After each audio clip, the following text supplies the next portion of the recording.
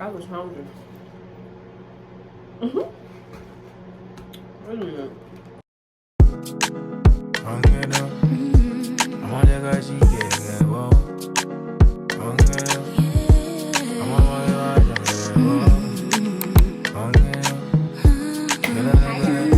welcome back to my channel. Thanks for tuning back in for another video. So today we have a video. This is what I knew, but hold on, wait, no. What I wish I knew before I became a DLT. Featuring some Panda Express, y'all. Y'all know I got the E and me a wrap for the four from Sonic Ocean Water. Comment below what y'all drink from Sonic, okay? Put me on y'all drinks. But Ocean Water is my go-to. I got to have it. But so we just gonna jump this thing off. Y'all don't mind my plate. My plate looking a little regular right now, but so this is not to persuade anybody not to become a nail tech. This is not to persuade anybody to stop doing nails if you're already doing nails. This is just some things that I wish I knew before I jumped into doing nails, and probably some things that will help you guys as well. But so without further ado, let's get straight into the video. First things first, things I wish I knew before becoming a nail tech.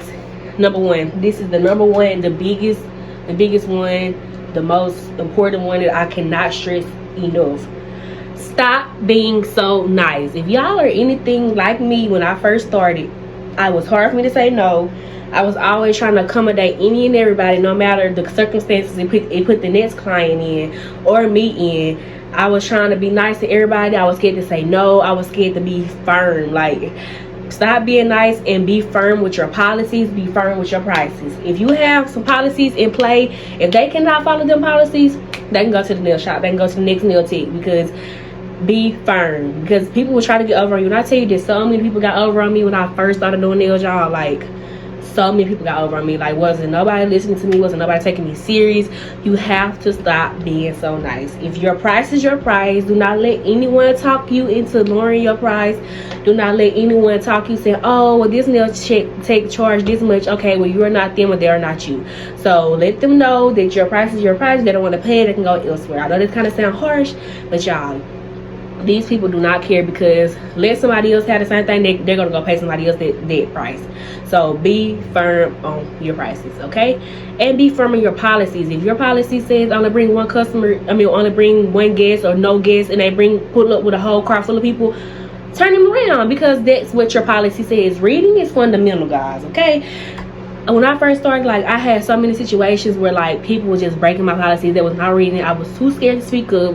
And, like, in the middle of me doing, like, a set, y'all, in the middle of me doing a set, this girl literally, like, changed her whole mind on her set. And I had, like, a client in, like, 45 minutes.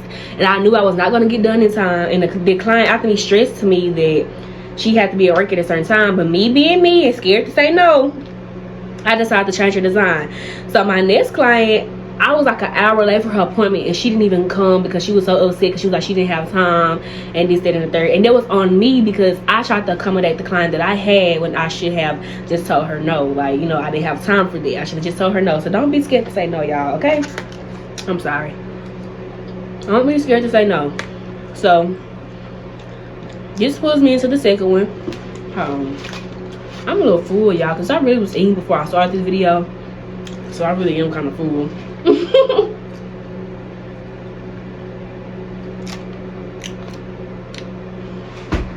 Okay, number 2, charge your worth. If you just starting out and you haven't been doing nails like 1 or 2 months, and you just start taking clients, don't be charging people no $75, $80 for some nails that's going to come off within 3 days. Do not do that.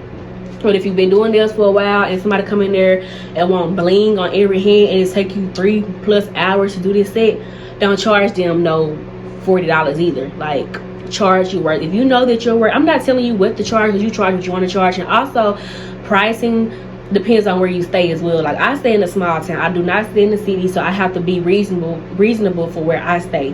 So you have to be reasonable for where you stay, but don't undercharge yourself either, and don't overcharge either. Like, so pricing can kind of be a little wonky, because you really don't know what to charge, or like how, but if your nails stay on long time, they stay on more than 3 weeks, you got good retention, they don't break off the next day, they're not lifting, shaping is perfect, your prep is perfect, like everything is perfect, and your nails are worth that, then charge your worth. That's all I'm saying on that. And also up charges. This comes in with charging your worth, up charges.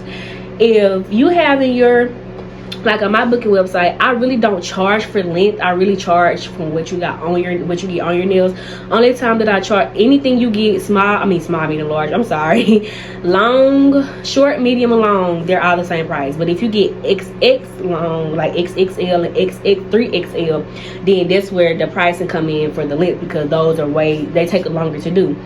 But up charges, so say if your customer booked a short freestyle, or no, I'm saying medium, your customer booked the medium freestyle, and they come in, they want XL freestyle, tell them that it's going to be an extra $5, an extra $10 for the XL. Don't be scared like to be like, oh, it's going to be an upcharge for it. They come in and they only booked one extra, like a rhinestone on one hand, they want a rhinestone on the other hand, tell them it's going to be extra, like tell them it's going to be an upcharge. Do not be scared to tell people that it's going to be an upcharge, because if you do not upcharge them, and then the next time they come, they upcharge, you try to upcharge them, they're going to be like, well, you didn't do that for me last time, so you don't want any confusion. So that's something else that I wish that I knew before I started as well. Like, be more vocal. That ties in with the first one. Stop being so nice, okay? Be firm with everything. So, yeah, I know I'm really not even eating like that, but this Panda Express, like, I'm really full. Like, I'm super full. But when I tell y'all, when I first started out, I was charging people $20. Anything you want. You can get rhinestones on every finger. Take me 4 hours to do your nail set, and you only pay me $20. And let me remind y'all, I was having a $10 deposit, and deposit was off your total. So I don't know why my dumb self did that. Like, my sets was no more than, my sets was no more than $25. I'm charging you $10 deposit, so you get to the appointment, I done did all this work for $15. No, don't be like me. Don't be like me. And I tell y'all, I lost out on a lot of money doing that. A lot of money, okay? So on to the next one. This pulls me into number three. I'm trying to swallow. Okay. Number 3. Buy and book. I cannot stress this enough. Buying in book will save you tons of money, and it would keep you from having to order every week, every 2 weeks, every few days. And also, if you stay anywhere like I stay, there is no nail supply stores around here. The nearest nail supply store is in Dallas, which is 4 hours from me. It's in Dallas, which is 4 hours from me. That's the nearest nail supply store. We don't even have a Sally's where I stay.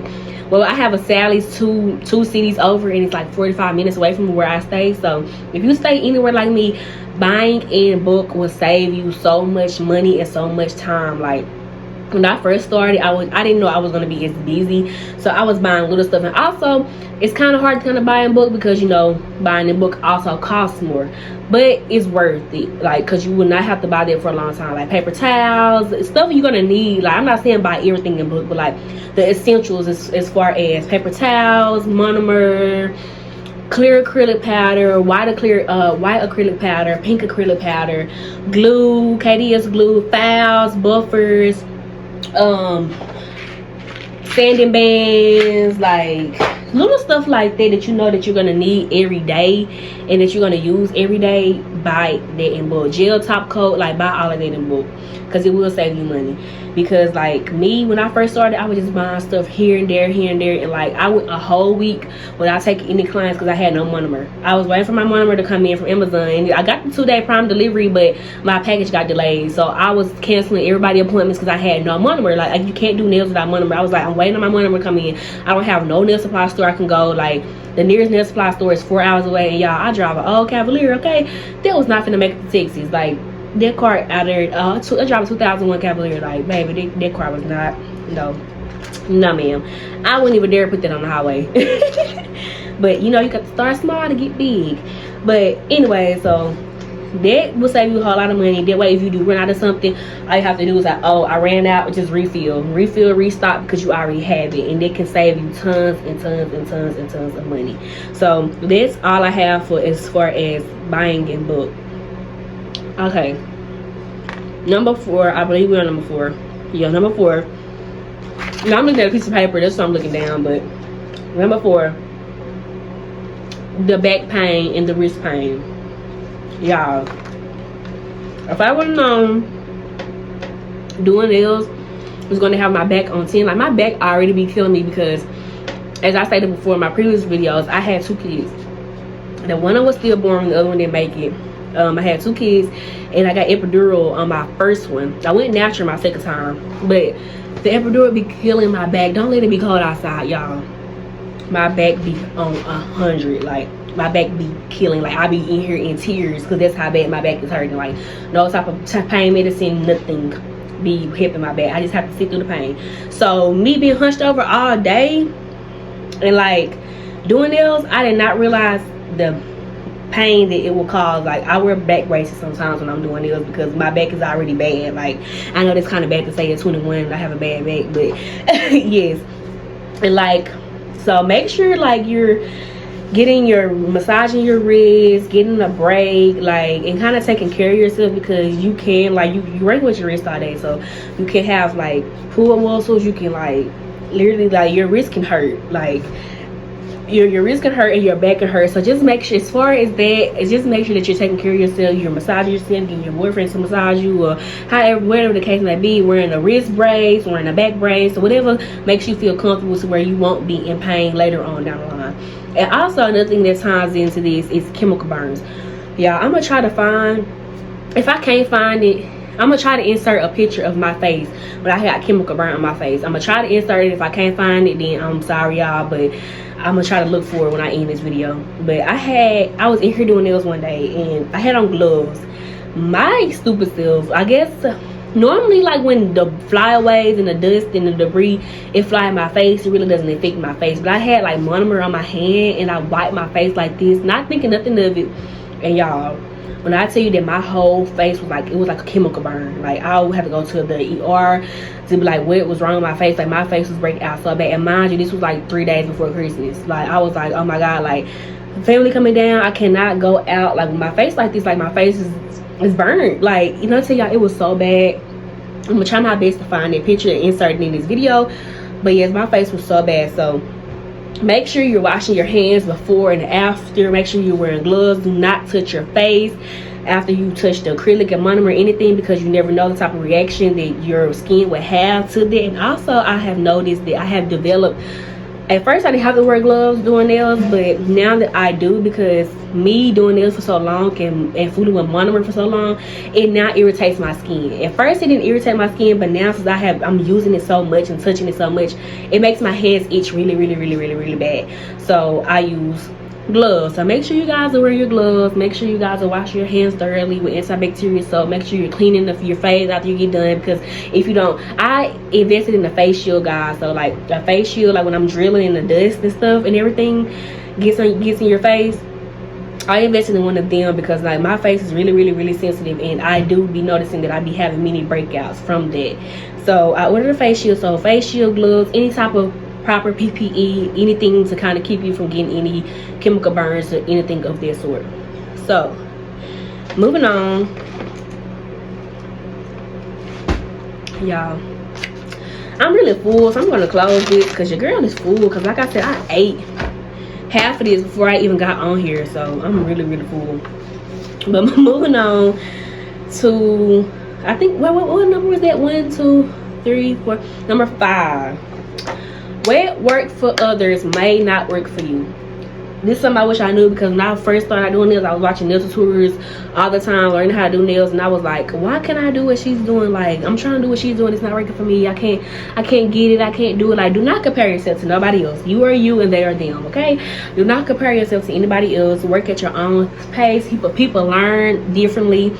People learn, like, I am a visual learner and a hands-on learner. Like, people interpret things different, so what works for them may not work for you, and that's okay, because you find what works for you and you stick to it, okay? So like, as far as like me knowing like the shaping, when I was trying to learn how to shape, and like I was watching people do like bead methods, like cuticle, like not cuticle beads, I'm sorry y'all, like 1 bead method, 2 bead method. I tell you, I tried to do that and I could not. Like even still now, and I'm 8 months into my nail journey, I cannot do a 1 bead, 2 bead methods.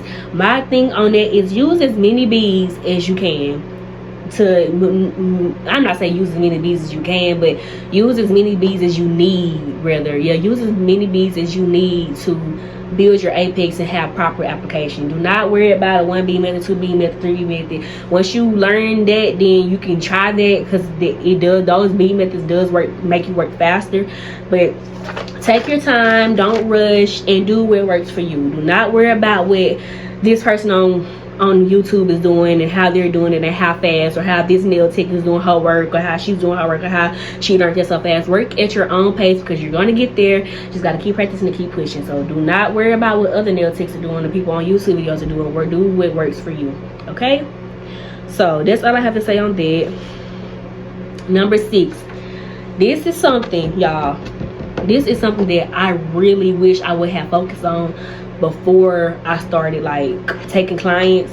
Practice application and proper nail prep before trying to do any type of designs.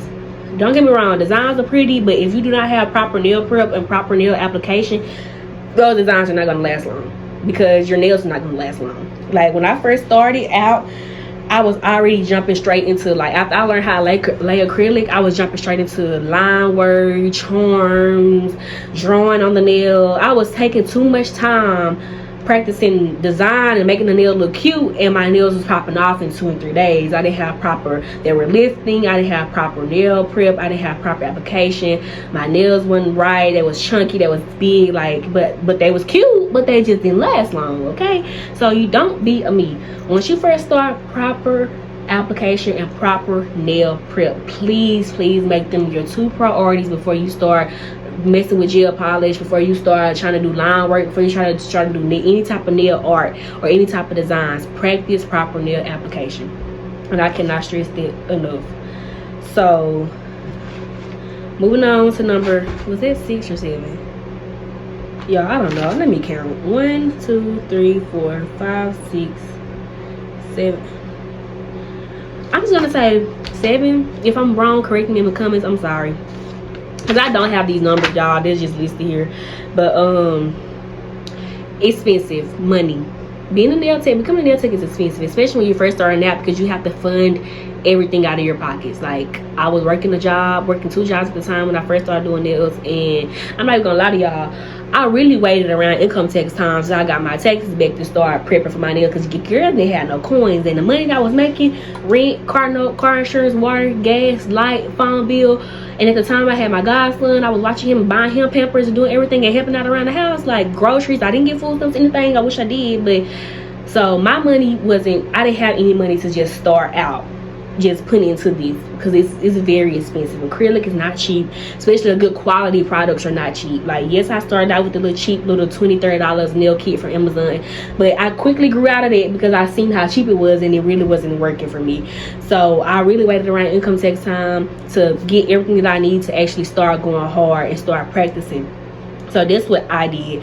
You can take it how you want to, you can start how you want to, but like, it is very expensive, especially when you don't really have a clientele just yet, and you're using all your money, your pocket money, to fund your business. Like, it can become overwhelming, and it is very expensive. So as far as that, make sure that you're saving, or make sure that if you do have clients, you're using that money to purchase your nail products, or make sure that you have the extra money to purchase your nail products, because it can get expensive. Like, especially like if you're wanting good quality products, it's not cheap. Monomer, this big bottle, do I have it, y'all?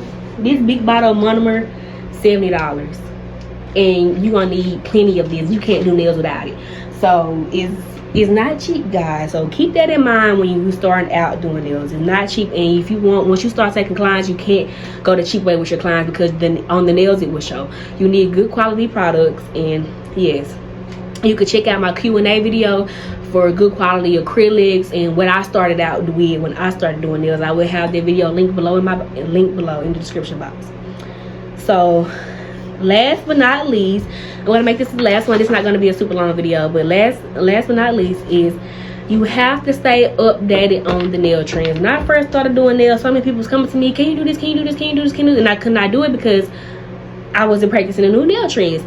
Be it on Instagram, YouTube, any TikTok, anything, stay updated on the nail trends and practice them, because I'm rest for sure somebody's gonna come ask for that. So make sure that you're staying updated on the new nail trends. Nail trends change like that. They change quick. So you have to stay updated on it. You have to stay up on it, because you don't want to get blindsided. Somebody come in your shop, oh, can you do this? Like, damn, I didn't even know, like, dang, I try, but you want to be able to know how to do it, get them in and get them out, and them living their nails. But that's all I have to say for today, guys. I really hope you enjoyed this little short video. Make sure to like and subscribe, and I will see you guys on the next one. Bye.